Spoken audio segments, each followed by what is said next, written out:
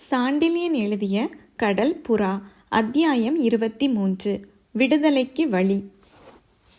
அமீரின் சொற்களிலிருந்து எது வெளியானாலும் ஓர் உண்மை மட்டும் தெள்ளென விளங்கியது இளைய பல்லவன் உள்ளத்திற்கு. எந்த தியாகத்தையும் தான் செய்யவில்லை என்பதை காரணங்கள் மூலம் சுட்டிக்காட்டி அமீர் வலியுறுத்தினாலும் அந்த காரணங்கள் வெறும் போலி காரணங்கள் என்பதையும் அனபாயனிடம் கொண்டுள்ள சொல்லொண்ணா அன்பினாலும் மதிப்பினாலும் இத்தகைய இணையில்லாத தியாகத்தை செய்ய அமீர் தீர்மானித்திருக்கிறான் என்பதையும் இளைய பல்லவன் சந்தேகத்திற்கு இடமின்றி புரிந்து கொண்டான். ஒரு மனிதன் தான் வெகு காலமாக கட்டிப்பெருகிய வாணிபம், வீடு, வாசல், பொருள் அனைத்தையும் துறந்து ஊரை விட்டே வெளியேறுவதென்றால் அந்த தியாகம் சாமானியமான தியாகம் அல்ல என்பதை அறிந்து கொள்ள கன நேரம் கூட பிடிக்கவில்லை பல்லவ குலத்தின் அந்த பெருமகனுக்கு. கோதாவரியின் ஆற்றங்கரை குடிசையிலிருந்து மாறுவேடம் அணிவித்து தங்களை பாலூரின் பெரு வீதிகளில் பகிரங்கமாக அழைத்து வந்த அமீர் உண்மையில் இஷ்டப்பட்டால் கலிங்க அதிகாரிகள் கண்களில் மண்ணை தூவுவது பிரமாதமான காரியம் ஒன்றுமில்லை என்று இளைய பல்லவன் எண்ணினான். சிறு வணிகர் வீதியில் வெளிப்பார்வைக்கு சிறிதாகவும் உட்கட்டுகள் பெரிய அளவிலும் உள்ள வீட்டை அமைத்து கலிங்கர் அறியாமல் வருடக்கணக்கில் பெரு வாணிகம் செய்தும் சிறு வணிகராகவே வேஷம் போட்டு வரும் அமீருக்கு தங்களை தப்புவித்த பின்பும் கலிங்க வீரரை ஏமாற்றுவது அப்படி அசாதாரணமான காரியம் ஒன்றுமில்லை என்று நினைத்தான் இளைய பல்லவன். அவன் செய்யும் தியாகம் எல்லாம் அனபாயருக்காக என்பதில் திணையளவும் கருணாகர பல்லவனுக்கு சந்தேகம் இல்லாததால் பெரும் வியப்பே அடைந்தான் அவன். மனிதர்களை சந்தித்த மாத்திரத்தில் அவர்கள் மனங்களை காந்தம் போல் இழுக்கக்கூடிய பெரும் சக்தி இந்த அனபாயருக்கு எங்கிருந்து வந்தது என்று சிந்தித்தான்.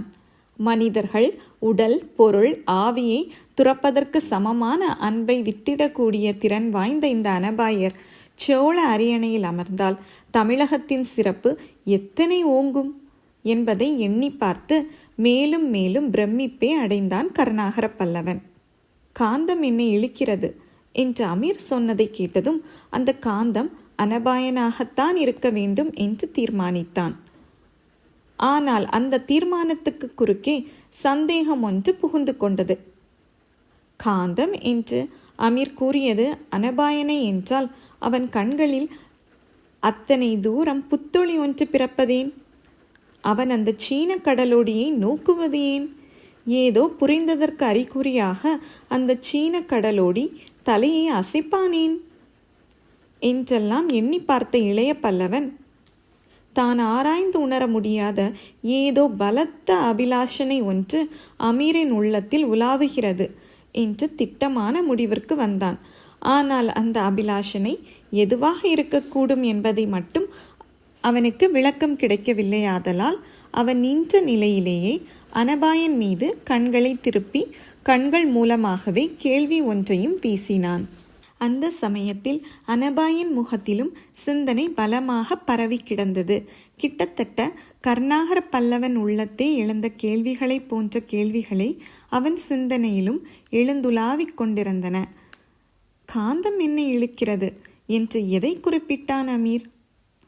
அதை கேட்டதும் அஹூதா ஏன் தலையை அசைத்தான் என்பது அவனுக்கு சந்தேகத்தை அளித்ததால், இனி நீ சொல் கதையை அமீர் என்று அஹூதா கூறிவிட்டு அமீர் கதையை துவங்க தொண்டையை கனைத்து கொண்டதும் அவனை கதையை துவங்க விடாமல் தடுத்த அனபாயன், உன்னை இழுக்கும் காந்தம் எது அமீர் என்று கேள்வி கணை ஒன்றை தொடுத்தான் இடையே.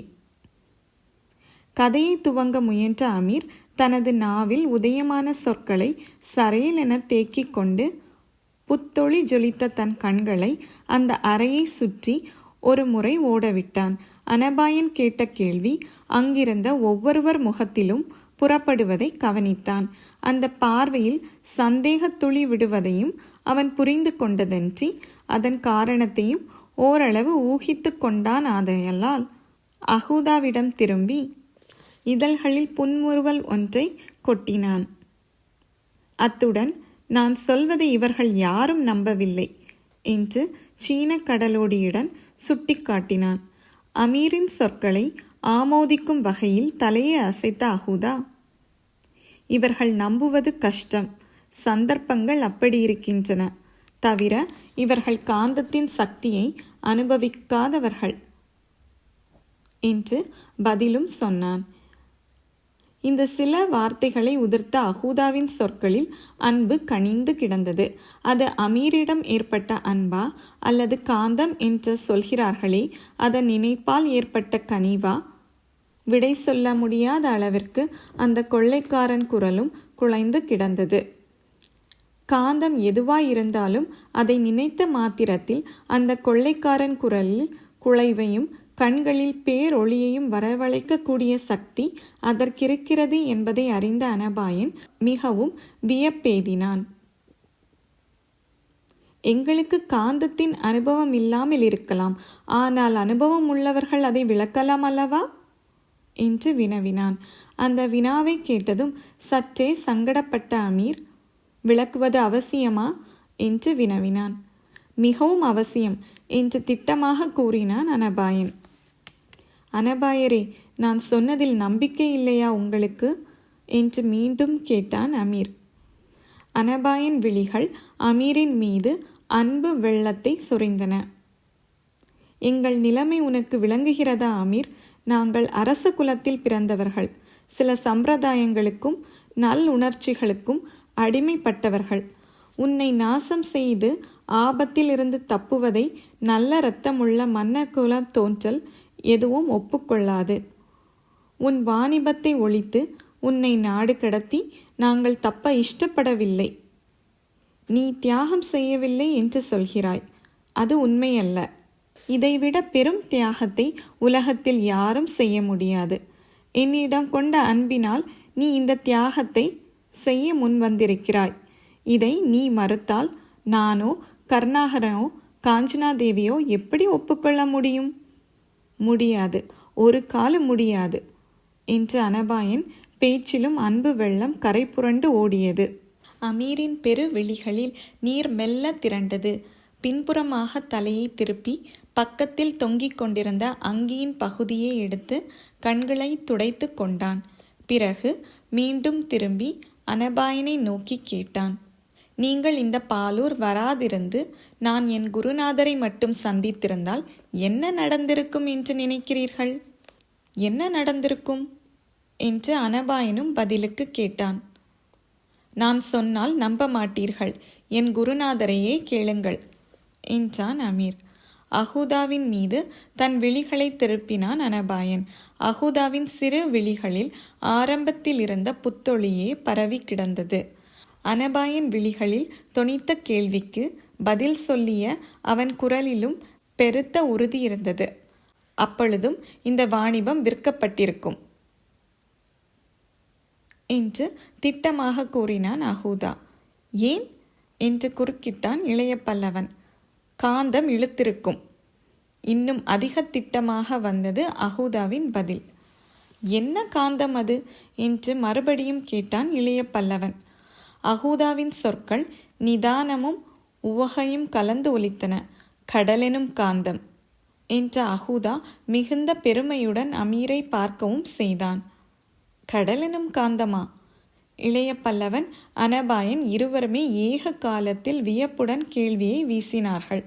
அந்த கேள்விகள் ஏக காலத்தில் எழுந்ததையோ அவற்றில் விவரிக்க இயலாத வியப்பு தொங்கியிருப்பதையோ சிறிதும் கவனிக்காமல் சொற்களை மட்டும் காதில் வாங்கி கொண்ட அந்த சீன கடலோடி தன் சிறு விழிகளை அவர்கள் மீது சில வினாடிகள் நிலைக்க விட்டான். பிறகு அறையில் 2 வினாடிகள் அப்படியும் இப்படியும் உலவினான். கடைசியாக நின்ற தோரணையிலேயே தனக்கருகே இருந்த மஞ்சத்தின் முகப்பில் கைகளை சுற்றி அணைத்து முதுகை லேசாக கூனி மற்றவர்களை நோக்கினான். அவன் கண்களில் பெரும் கனவு படர்ந்தது. கனவை தொடர்ந்து உதிர்த்த வார்த்தைகளிலும் கனவில் பேசும் மனிதன் நிலையிலேயே நிலவி கிடந்தது. ஆம், கடலெனும் காந்தம்தான். சிலர் உள்ளங்களை பொன் கவர்கின்றது, மற்றும் சிலர் உள்ளங்களை மண் கவர்கின்றது, வேறு சிலர் உள்ளங்களை பெண்களின் விழிகள் கவர்கின்றன. இவை அனைத்திற்கும் மேலாக ஒரு காந்தம் இருக்கிறது. அதுதான் இந்த மாநிலத்தையே சூழ்ந்திருக்கும் பெரும் கடல். மாலுமிகளின் மனதை அது கவர்வது போல் வேறு எதுவும் கவர்வது கிடையாது. நிலையுடன் இருக்கும் மண்ணில் வாழ்பவன் மண் மீது வைக்கும் ஆசையை விட நிலையற்று சதா சலனப்படும் கடலின் மீது ஆசை வைக்கிறான் மாலுமி. அதன் மீது ஆடும் மரக்கலம் மாலுமிக்கு உயிர். நான் சொல்வது உங்களுக்கு புரியாது. எந்த மனிதனாவது மாலுமியாக வாழ்க்கையை சில வருஷங்கள் வாழ்ந்துவிட்டால் அவனை மீண்டும் கடலென காந்தம் இழுத்தே செல்லும். மாலுமிகளின் சரித்திரத்தை கவனியுங்கள் அனபாயரே. உங்கள் நாட்டின் மேல்புறத்திற்கும் எகிப்திற்கும் கடல் வழிகளை முதலில் கண்டுபிடித்த யவன ஷிப்பாஸ் ஆயுள் முழுவதையும் மரக்கலத்தில் ஏன் கழித்தான்? அவனுக்கு யவன நாட்டில் பொண்டாட்டி இல்லையா, பிள்ளை இல்லையா, நிலம் இல்லையா? இருந்தது அனபாயரே, இருந்தது. அவன் பெரும் குடிமகன். ஆனால் மீண்டும் மீண்டும் கடலின் கவர்ச்சி அவனை கட்டி இழுத்தது. தன் மரக்கலத்தில் எரித்திரி கடலில் ஓடினான். அலைகளையும் புயல்களையும் எதிர்த்தான். சாகரத்தின் ஆபத்துகளை ஓர் இன்பமாயிற்று அவனுக்கு. பாரதத்திற்கும் எகிப்திற்கும் 3 கடல் வழிகளை வகுத்தான். மரக்கலமே அவன் வீடாயிற்று. கடல் அலையே அவன் வாழும் நிலமாயிற்று. இந்த கீழ்த்திசையைத்தான் எடுத்துக்கொள்ளுங்கள். யவனனான அலெக்சாண்டர் பாரதத்தின் கீழ் துறைமுகங்களுக்கும் சொர்ண பூமிக்கும் சாவகத்தின் தீவுக்கும் 3 வழிகளை வகுத்தான்.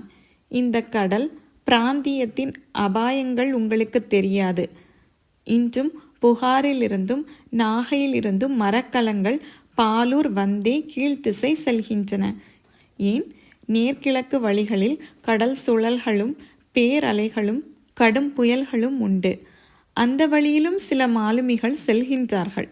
மாலுமி வாழ்க்கையை ஒரு முறை நடத்தியவனுக்கு கடலின் ஆபத்துகளே பேரின்பம். நீங்கள் சொர்ண பூமியின் ஜலசந்தியில் பெரும் அலைகளையும் அங்கு எழும் பெரும் உப்பு காற்றையும் அனுபவிக்க வேண்டும். அப்பொழுதுதான் உங்களுக்கு புரியும். அகூதாவை இடைமறித்த அமீர், சொர்ண பூமியின் துறைமுகங்கள் எத்தனை அழகு வாய்ந்ததுவை குருநாதரே! அங்கெல்லாம் எத்தனை சாந்தமாயிருக்கும் கடல்! ஆனால் பிறகு சீன கடலுக்கு போய்விட்டாலோ கடலரசனுக்குத்தான் எத்தனை சீற்றம்! மரக்கலத்தின் பக்க பலகையில் நின்றால் வாரி அடிக்கும் மழை நீர்த்துளிகள். எத்தனை இன்பம், எத்தனை இன்பம் என்று கூவினான்.